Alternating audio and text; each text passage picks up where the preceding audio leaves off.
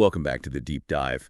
We sift through those piles of sources, digital or otherwise, and pull out the core insights just for you.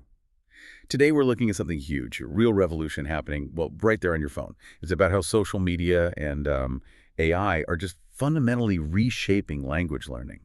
Mhm. Yeah, our sources are showing this massive shift away from the old ways, you know, sitting in rows, chanting grammar rules, doing endless verb drills. Feels almost quaint now, doesn't it? We're moving, it seems, from really direct instruction to this kind of massive, maybe chaotic, but definitely immersive experience online. Okay, let's unpack this. It's a really important point. And for you listening, the goal here isn't just to say, oh, yeah, people use TikTok to learn languages. That's obvious. We need to get underneath that, understand how platforms like, say, YouTube or Instagram are becoming these linguistic shortcuts. Are they genuinely making people fluent faster? If we connect this to the bigger picture. Right. So let's start there with that huge shift from the classroom to the click or the scroll, I guess. The sources say the way people learn now is through content that's, and I'm quoting here, fast, fun, and full of real-world language. Exactly. It's not the slightly stilted dialogues from Chapter 3 anymore. No, definitely not. We're seeing examples like people learning conversational English from YouTube Shorts Right. or picking up Korean by watching K-drama clips on TikTok. Or even Spanish just through memes and jokes on Instagram. It's embedded in the culture they're consuming anyway. So why is this happening? What's the immediate appeal? Is it just because it's easier or more fun? Well, it's definitely more engaging. It takes learning out of that dry textbook space and drops it Okay. right into, well, immediate cultural relevance, things people actually care about. Like those K-drama clips you mentioned. One source talked about creators who break down viral scenes, translate them. And learners aren't just getting vocabulary lists. They're getting the context, the emotion, the humor, the timing, all at once. That's powerful. It makes sense that motivation would stay higher if you're learning through stuff you actually enjoy. But I have to ask, doesn't this lack of structure cause problems? Like, you might learn how to order street food perfectly. But you can't write a formal email. Yeah, that's the potential downside. Right. You miss the foundational grammar, maybe, the underlying rules. That's the age-old tension, isn't it? Implicit versus explicit learning. But the sources suggest that for getting started, for building initial fluency and confidence, this kind of immersion is incredibly effective. Your brain naturally prioritizes the useful stuff, the frequent phrases you hear in context, especially if there's emotion attached, like in a funny reel. Okay, so that immediate relevant use drives the learning faster, at least initially. Precisely. It makes the abstract concepts from a grammar book seem less important than the phrase you need right now to understand that joke. So that covers the appeal, the why. But what about the how, the mechanics of it? If a 30-second funny video is genuinely teaching language better than a whole textbook chapter for some people, why? Here's where it gets really interesting. Yeah, it does. And the sources point to basically four key structural reasons this works so well. It's all tied into how we pay attention now. First, you mentioned it earlier, the short content. It's like micro-dosing language. Microdosing, okay. Yeah, these 15, 30, 60-second clips, they're just easier to digest. They fit into the little gaps in your day. Right, waiting for the bus, commercials on TV. Exactly. And this constant low-effort exposure, it kind of triggers spaced repetition naturally. You see these little language chunks again and again spread out. That helps cement it in your memory way better than, say, cramming for 2 hours once a week. Okay, that makes sense for remembering things. But what about the kind of language you're learning? Is That- it good? That's the second point. Right. Authenticity, Yeah. real conversations. You're hearing how people actually talk. With all the slang, the accents, Yeah. the ums and ahs. All of it, the rhythm, the intonation, stuff that often gets cleaned up or, sterilized in formal courses. This is crucial for actually understanding people and sounding natural yourself. Okay, so short bursts, real language. What else? You said 4 things. Right. The third is just the sheer volume, the daily exposure. If you follow creators in your target language or join groups, you're basically surrounded by it constantly whenever you're online. Your feed becomes an immersion environment. Pretty much. And fourth, and this is huge, it's the interactive communities. These platforms are built for connection. You can comment, ask questions. Chat with native speakers, practice right there in the comments section. You get immediate feedback. A textbook can't do that. So these apps we often think of as just distractions, YouTube, Instagram, TikTok, they've accidentally become these mini language labs, but infused with like Music and jokes and real feelings. And that engagement, that emotional connection is what keeps people coming back. It doesn't feel like work in the same way. Okay, but now there's another layer emerging, right? AI, artificial intelligence. Absolutely. And this is where things get potentially game-changing. What's fascinating here is AI isn't just about translation anymore. It's starting to offer truly personalized lessons. We're not just talking about asking ChatGPT to explain a grammar rule, are we? No, it's much more integrated.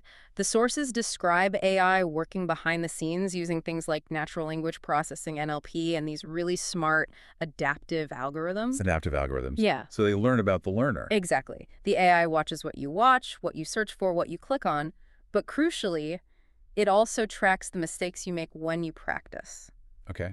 How does that work in practice? Well, imagine you're watching that Spanish cooking video again. You keep messing up, say, the past tense. The algorithm notices that specific pattern. Right. It doesn't just correct you once. It starts subtly feeding you more examples of that past tense, maybe in other cooking videos, or it generates quick practice exercises related to food. It targets your specific weakness based on your interests. So that's the example you mentioned earlier.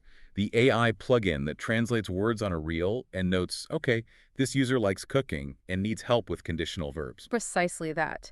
The AI essentially builds a custom curriculum just for you, around the things you actually like and at the speed you learn best. It throws out the one-size-fits-all approach. So if you're into gaming? It pulls vocabulary from game streams, from commentary, from forums in your target language. If you love gardening, it finds gardening content and builds lessons around that. Your interests drive the learning.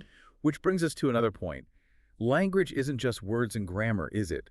It's culture. It's humor, emotion. Social media seems uniquely good at teaching that, how people think. That's the cultural fluency aspect, and it's so important. When you follow local creators just living their lives, you absorb so much unspoken stuff. Like what specifically?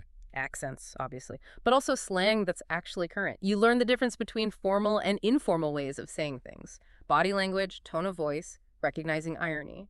It's the texture of the culture. Stuff that makes you sound less like a textbook and more like, well, a real person in that culture. Exactly. Think about learning "I am hungry."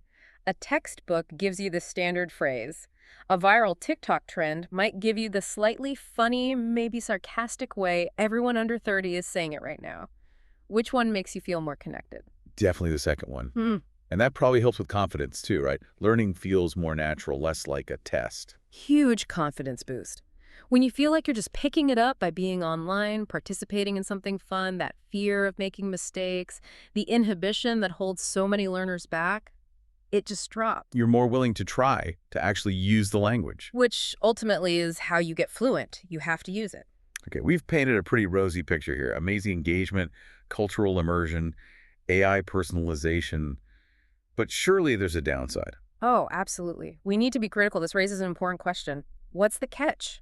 What are the risks of relying only on this kind of learning? Right. The sources definitely flag the risk of, well, bad information or just low-quality teaching. Anyone can post a video. Your enthusiastic teacher might have terrible grammar themselves or teach you slang that's completely wrong for the situation you want to use it in, like a job interview. Yeah, you don't want to use super informal TikTok slang when trying to impress a potential boss. Definitely not. And there's also what some experts call the grammar hole. The grammar hole. Yeah. Because your learning is driven by what interests you, not by a systematic plan, you can end up with really good vocabulary in specific areas. Like you become totally fluent in talking about video games in Spanish. Exactly. But you might lack the basic grammatical structures, the scaffolding to talk about anything else. You can't generalize your knowledge easily because the foundations might be missing or patchy. You never had to properly learn, say, different verb tenses because your gaming chat didn't require them. Precisely. And the other big elephant in the room, distraction. Yes. Social media is designed to keep you scrolling. Right. It's designed for that. So that quick 30-second language lesson can very, very easily turn into 30 minutes of watching cat videos or completely unrelated stuff. Suddenly, the efficiency benefit is gone. Wiped out. Totally. So the expert advice isn't don't use social media, it's use it smart. Okay, so how do you do that? What's the balanced approach? The consensus seems to be combine the strengths. Use social media, TikTok, YouTube, Instagram for that amazing immersion, the cultural context, the listening practice, the fun. Get that real-world input. Yes, But combine it with something more structured, maybe a dedicated app like Duolingo or Babbel or talking practice on HelloTalk, or even using one of these smarter AI tutors that can identify and help fill your specific grammar gaps. So fun immersion plus targeted structure. That seems to be the sweet spot. Merge the chaotic, engaging, real-world stuff with the systematic practice you still need. This really has been a fascinating deep dive. So to wrap up, the line between just browsing online and actually learning a skill like a language, it's getting incredibly blurry. Social media is acting like this giant, maybe messy, but undeniably powerful global classroom. It's breaking down barriers, embedding learning right into our daily scrolls. So what does this all mean? Where is this heading? Well, it means language learning is becoming more accessible, more continuous, maybe even more unconscious than ever before. Every scroll could be a micro lesson.